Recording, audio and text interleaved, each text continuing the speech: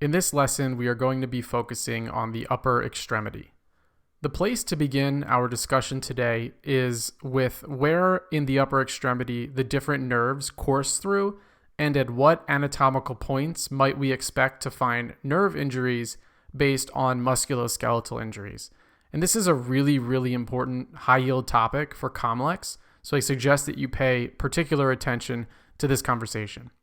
I'll leave the image that you see on this slide of the upper extremity so that you have a nice frame of reference to see where all the different nerves course through as we go through this discussion. Let's begin by talking about the axillary nerve. The axillary nerve comes from C5 to C6 and can be injured if you have a surgical neck fracture. So the surgical neck is a particular point of the humerus where, if fractured, you will have axillary nerve injury. So if you injure the axillary nerve, what would you expect to see clinically? I'm going to show all of the clinical findings in blue as we move through this topic.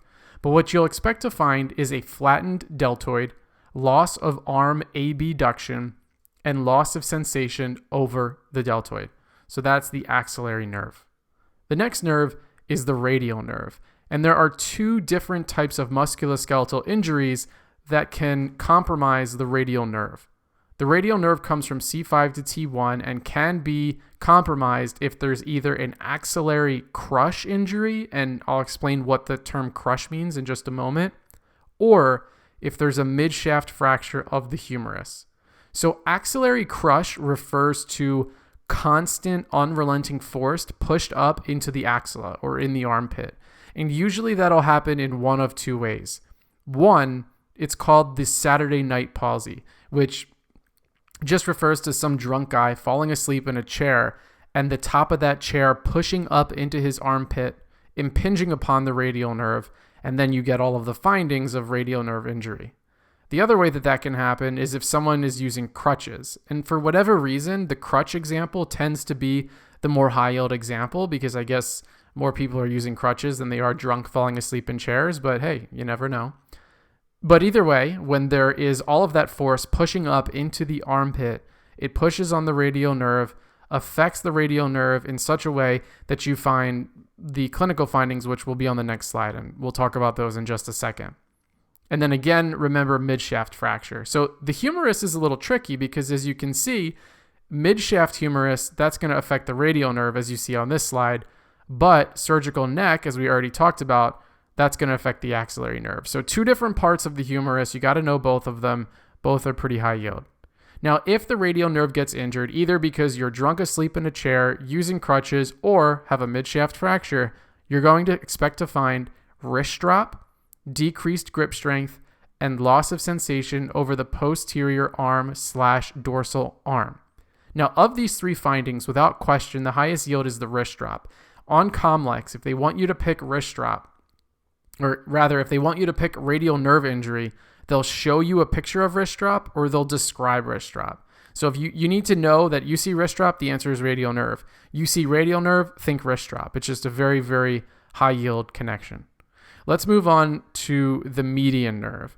The median nerve comes from C5 to T1, and it gets compromised in a supracondylar fracture. So supracondylar, that area just above the condyle, that being fractured or that being injured will affect the median nerve. Unfortunately for the median nerve, there's quite a bit of clinical pathology that you'd expect to find. So you'll see what's known as ape hand and something else that's similar, Pope's blessing, and I'll show you what those mean in just a second here. You can also expect to find loss of wrist flexion and thumb opposition, loss of the second and third lumbrical, and loss of sensation over the thenar eminence, the dorsal and palmar aspect of the lateral 3.5 digits. Okay, so there's a lot to know. I apologize, but it's all pretty important. The ape hand is the name that's given to this image. So because of these clinical findings shown in blue, the hand is described to look like the hand of an ape. I don't know if I would necessarily say it looks like an ape's hand, but it's closer to an ape's hand than a human's hand when you have the loss of the median nerve function. Pope's blessing looks like this. That's when the last, the fourth and the fifth digit are kind of tucked downward a little bit, but the first three are upwards. And because of that, it's said to look like the Pope's hand as he blesses somebody. So both of those images, if you see either one or you're described Pope's blessing or ape hand, you want to think median nerve pathology. Lastly, let's conclude nerve injuries by talking about the ulnar nerve. The ulnar nerve comes from C8 to T1. It can be injured in a few ways here. The first big one is any injury or fracture to the hook of the hamate. You might see that show up on exams by them describing fall on an outstretched hand. If you see that phrase, you want to think about an ulnar nerve injury because the hamate is damaged. And the ulnar nerve also courses around the medial epicondyle, so medial epicondyle injury affects the ulnar nerve. Now, although hook of the hamate tends to be the highest yield mechanism for which the ulnar nerve is injured, the truth is that any structure that makes up this thing called the Guyon's canal or the ulnar canal, an injury to any of these borders of this canal can injure this nerve, because as you see in the image here, the ulnar nerve passes through this little canal as it moves into the hand. So it would be beneficial for you to memorize the borders of this area. So whether you refer to it as Guyon's canal or ulnar canal, know that it's not only the hook of the hamate, which again is the highest yield mechanism, but also know that it can be pisiform injury, palmar carpal ligament injury, or flexor retinaculum injury. Any one of those four structures can really cause damage to this canal and therefore to the ulnar nerve. Now, coming back to the ulnar nerve, when you get that type of injury, the clinical findings are the ulnar claw. You will also expect to find radial deviation of the wrist during flexion, loss of wrist flexion, loss of AB and adduction of the digits, which is really what gives rise to that ulnar claw, and then loss of sensation over the medial 1.5 digits and the hypothenar eminence. So I know that all of these nerve injuries and the sites of the musculoskeletal pathology, this is a lot to memorize. It's a lot to take in. So for your studying pleasure, I'm going to organize this into a chart for you so that if you're rewatching this lecture, you just come back to this chart if you want the quick takeaway form of all of this information. So again, we've got 4 different nerves: axillary, radial, median, and ulnar. These nerves can all be damaged at a certain site of musculoskeletal injury, and that leads to the clinical findings or the dysfunction, which will be shown in that third and final column. So one more time, just because it's so high yield that I want to repeat myself. For the axillary nerve, you want to think of a surgical neck fracture. For the radial nerve, you want to think of axillary crush injuries, which typically are one of two things. Either somebody's using crutches for too long, or somebody got way too drunk at the party and they fell asleep over a chair and that chair was pushing up into their armpit. But either way, pushing up into the armpit, that's axillary crush, which causes radial nerve problems. And then totally separate from that, a midshaft fracture, think radial nerve. For the median nerve, you want to think of the supracondylar fracture, so supracondylar area just above the condyle. And for the ulnar nerve, you want to think of any injury in the Guyon's canal. Typically, that's going to be the hook of the hamate, but it could be a couple other structures. And then you also want to think of the median epicondyle injury. I'm not going to reread the dysfunctions. You can do that on your own time, but these are incredibly high yield. So please know these nerve injuries and the site of their musculoskeletal fractures. Now let's change gears. Let's talk briefly about some other things in the upper extremity. We'll start with the clavicle. When you think about the clavicle on COMLEX, there's really only 2 things that you need to know. You need to know about the acromioclavicular joint, the AC joint, and the sternoclavicular joint, the SC joint. And the bottom line here is that these 2 joints, AC and SC, will move opposite one another. So if one goes up, the other goes down. If that one goes down, the other goes up. As long as you can keep that in mind, you'll get all your questions right on COMLEX. The really tough thing in the upper extremity for COMLEX is this thing called the carrying angle. The carrying angle is an angle that we use to diagnose the relationship or the dysfunction, if present, between the elbow, forearm, and wrist. So I'm going to use this little image that you see here. This is the humerus, the radius, and the ulna, and the hand. So that'll swing one way or the other, as you see here. Now, when we figure out where the carrying angle goes, it would be helpful if I showed you how to actually draw it in. So the first thing you want to do is draw a line through the radio-ulnar joint. And that'll be shown here in red. The second thing you want to do is draw a line going straight down through the humerus, going through the elbow, and that's shown here in blue. The resulting angle that these two lines form, which is shown here in green, that's the carrying angle. And as a general rule of thumb, as the ulna abducts, so goes further away from the body, the carrying angle increases, because as the ulna abducts, going further away from the body, the forearm is going further away from the body.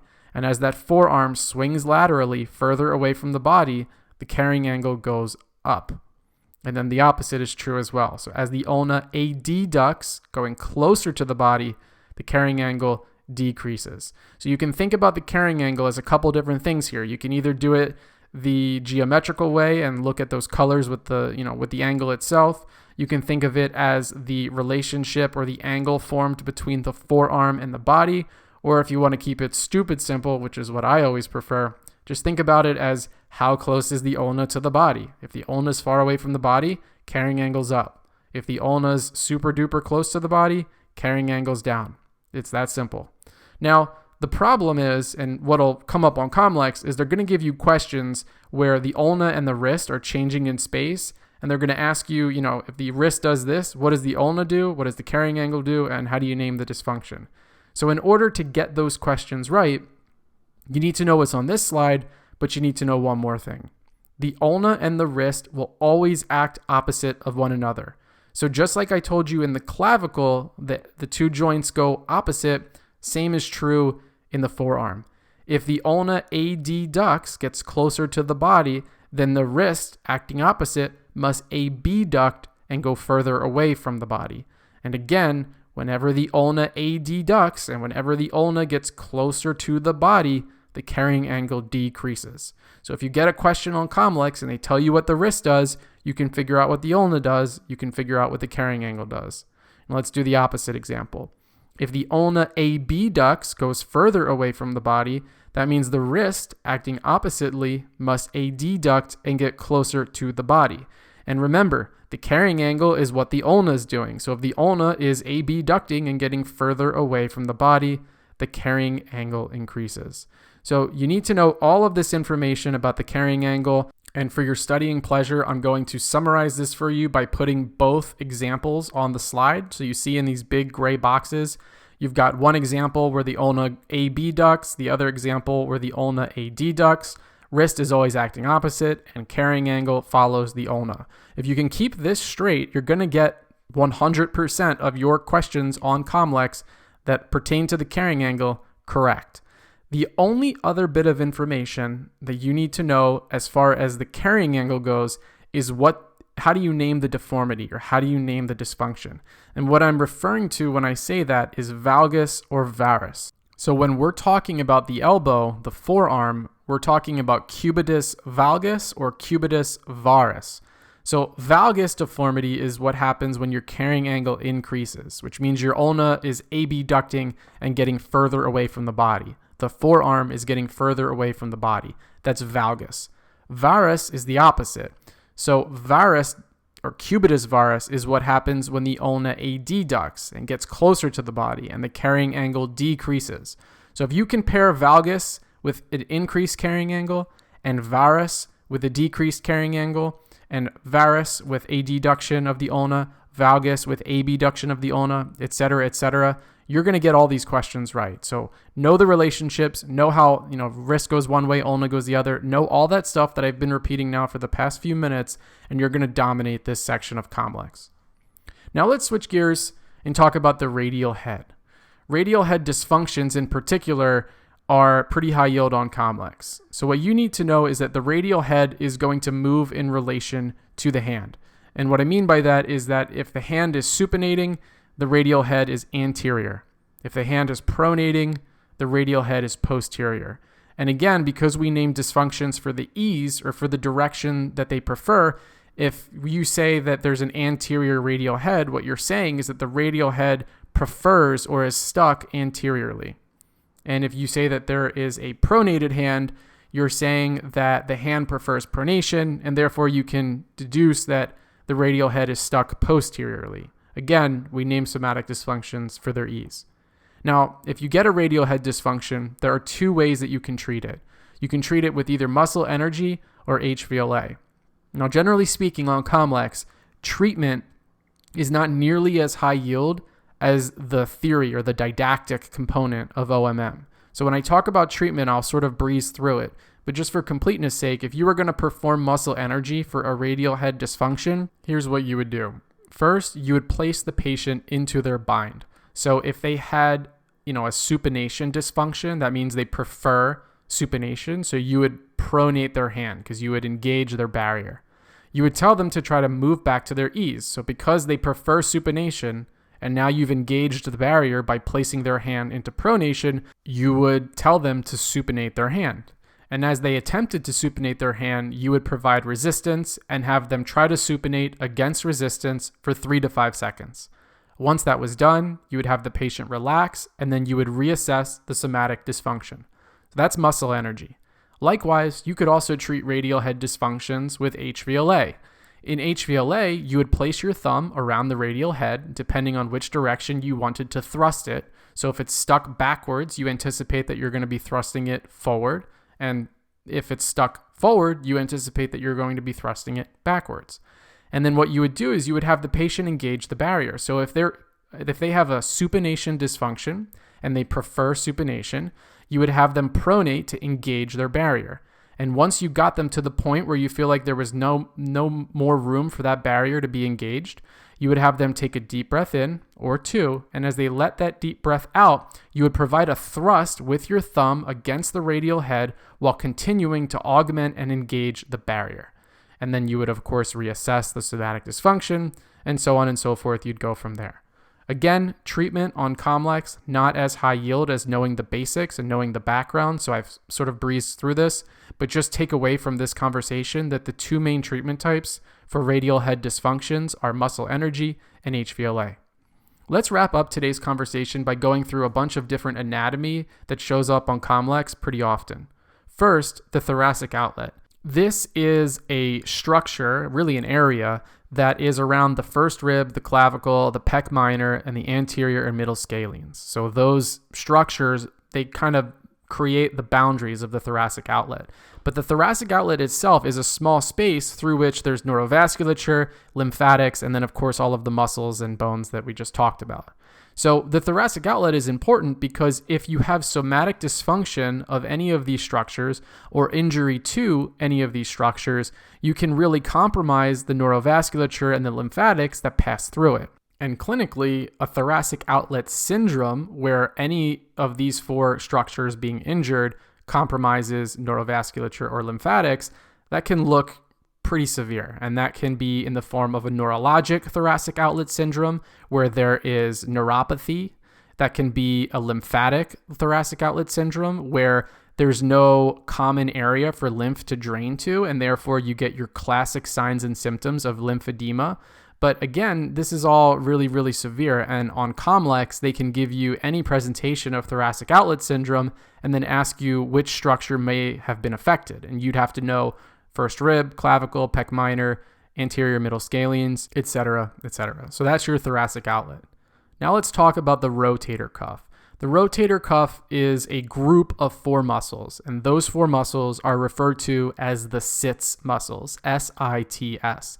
And that stands for supraspinatus, infraspinatus, teres minor, and subscapularis. Now the high yield thing to know about the rotator cuff on COMLEX are the motions that these muscles provide. So the supraspinatus is responsible for abduction. The infraspinatus is responsible for external rotation. The teres minor is also responsible for external rotation. And the subscapularis provides internal rotation. And I know what you're thinking, it's a pain in the butt to have to memorize that, so I have an awesome mnemonic. And that's AEEI. The sits muscles make the arm touch the sky. AEEI stands for abduction, external rotation, internal rotation. And they go in order of sits, SITS. So supra, abduction, infra, external, teres, external, subscapularis, internal. AEEI. The sits muscles make the arm touch the sky. Now that's the highest yield thing that you need to know about the rotator cuff. The only other thing that I would point out is the difference between a rotator cuff tear and a rotator cuff tendinitis.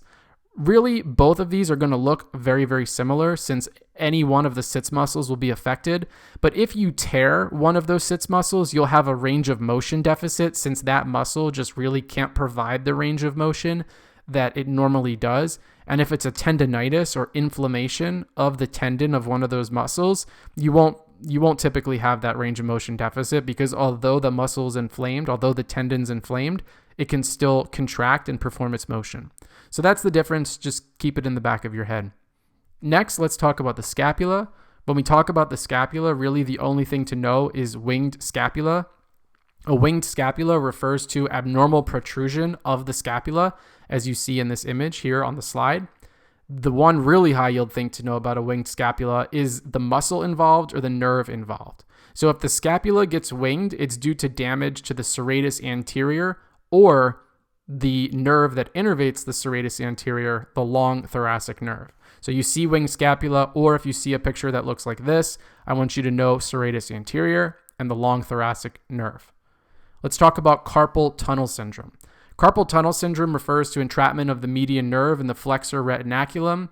The risk factors include obesity, pregnancy, rheumatoid arthritis, hypothyroidism, or some type of job where there's a lot of manual labor of the wrist and hand. So like someone that types a lot, somebody that writes a lot, etc., etc.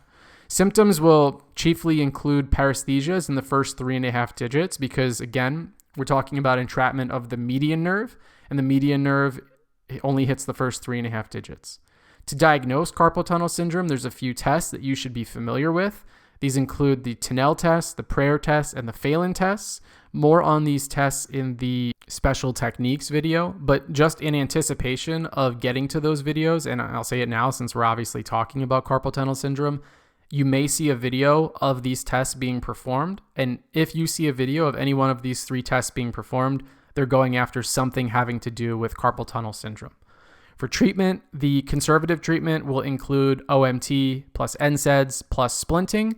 More invasive treatment could be corticosteroid injection, and the most invasive treatment in refractory cases would be surgery. Scaphoid fractures. So scaphoid fractures are the most common carpal bone fracture. If you see a question and they say fall on an outstretched hand, that is a buzz phrase or a buzzword for a scaphoid fracture. The reason that scaphoid fractures are particularly high yield, especially on COMLEX, is because a scaphoid fracture can actually cause a vascular necrosis. So the reason for this is that the proximal part of the scaphoid has a really interesting blood supply. The blood supply is a little branch off of the radial artery, and it gives rise to the dorsal carpal branch of that radial artery. But if you look at a diagram, you can see that the little artery branch is so thin that when you fracture that scaphoid, it's so close to that little branch that it can cut off up to 80% of the blood supply to the proximal scaphoid, and then you can get avascular necrosis. Because avascular necrosis is such a serious deal, the diagnostic step here is also very high yield. So the answer is that you perform serial x-rays, but if the x-rays are negative and there's still high clinical suspicion for a scaphoid fracture, you get the early MRI, and that's really, really high yield because you don't want to miss the avascular necrosis or the scaphoid fracture generally. So diagnosis, serial x-rays, but if they tell you in the question that the x-rays are normal, but everything else in the question is screaming scaphoid fracture at you, you get the MRI because you can't miss it. So that's very, very high yield. Don't forget that. Let's talk about de Quervain's tenosynovitis. So this refers to tenosynovial inflammation in the first dorsal compartment, which is right along the thumb. The pathology here is due to involvement of 2 structures. The first is the abductor pollicis longus, and the second is the extensor pollicis brevis. Risk factors for de Quervain's tenosynovitis include being female and being a new mother or somebody that holds babies, because the way that you hold babies really aggravates the abductor pollicis longus and the extensor pollicis brevis, and it can cause that tenosynovial inflammation. To diagnose this, you perform something called the Finkelstein test. And as you see in this picture, that's when you tuck the thumb, so you flex the thumb and then provide ulnar deviation of the wrist. And if there's pain when that happens, that's a positive Finkelstein test, and that suggests that the patient has de Quervain's tenosynovitis. Let's wrap up today's video by talking about epicondylitis. There are two major flavors of epicondylitis, both medial and lateral. Medial epicondylitis is also known as golfer's elbow, and lateral epicondylitis is also known as tennis elbow. And basically, these epicondyles are the common insertion points for a lot of different tendons. The medial one is the common insertion point for most of your flexor muscles, whereas the lateral one is the common insertion point for all of your extensor muscles. So if you're a golfer and you're performing flexion over and over and over again in your forearm, you're going to have inflammation around the medial epicondyle, and that's why it gets its name. And likewise, if you are a tennis player and you're slamming all of those nasty backhand shots, just like Serena, then a lot of the extensor muscle tendons could be inflamed. And since they insert commonly at the lateral epicondyle, you get lateral epicondylitis, also known as tennis elbow. So that's it for the upper extremity. I know that's a lot of information, but it's all very important, or it wouldn't be in this video.